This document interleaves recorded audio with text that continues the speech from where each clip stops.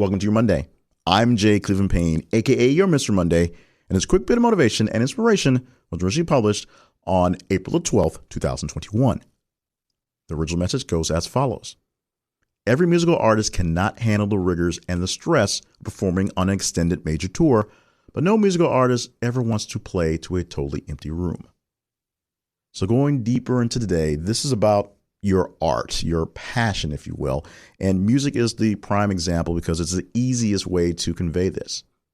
Not anyone out there or everyone out there has the ability to be a Taylor Swift and to command audiences to pay lots of money to allow her to perform for the masses and allow her to pay all the people who have to work on her act so she can perform to the masses. There's a lot of stress on everybody on a tour, from the guy who is just setting up lights to the guy who is running the soundboard to the ladies who's coordinating the music to the people who are taking care of costumes to the main event act themselves. Maybe the most is on their shoulders because people come to see them, but they pay to pay everyone else on the roster.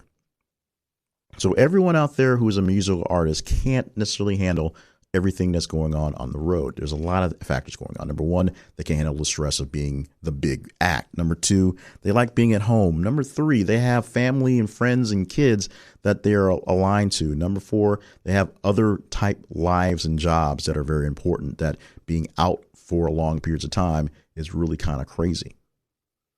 But just because they're not ready to hit the road for a 18-month tour, and when COVID's over, I guess we'll have 18-month long extended tours again.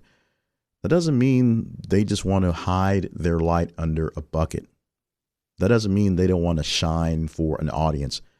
That doesn't mean they don't want their art to be seen. It's one thing to be completely shy and dismissive about what you do. And a lot of people do that with the art, what they create. But it's even those people, I can't even get my words out, even those people want to be validated in what's going on.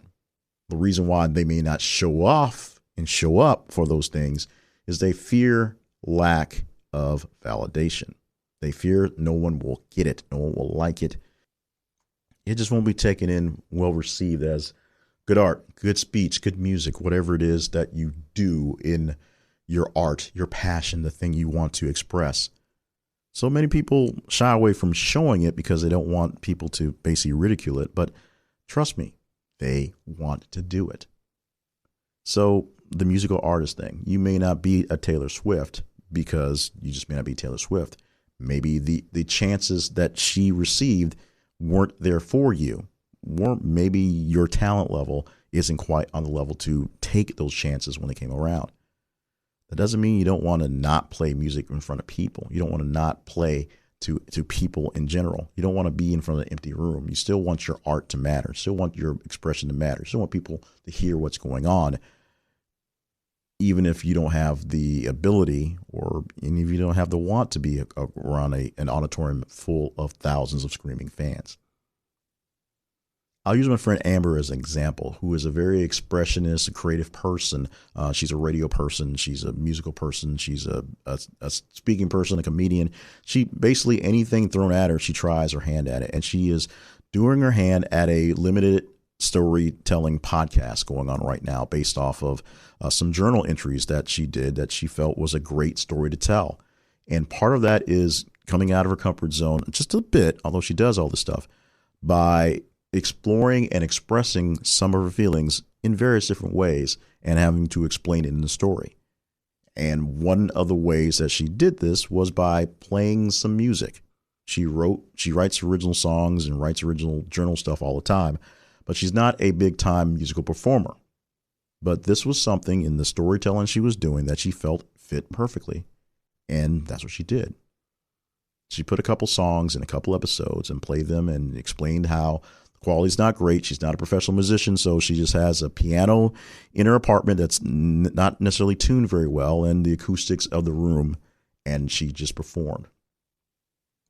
Trust me, the outpouring of love was immense. It was better than I can do. And I have no musical talent, so it's much better than I can do. But she put herself out there. She played for a room of people at a level that she's comfortable with and was happy with it. And she got a response from it.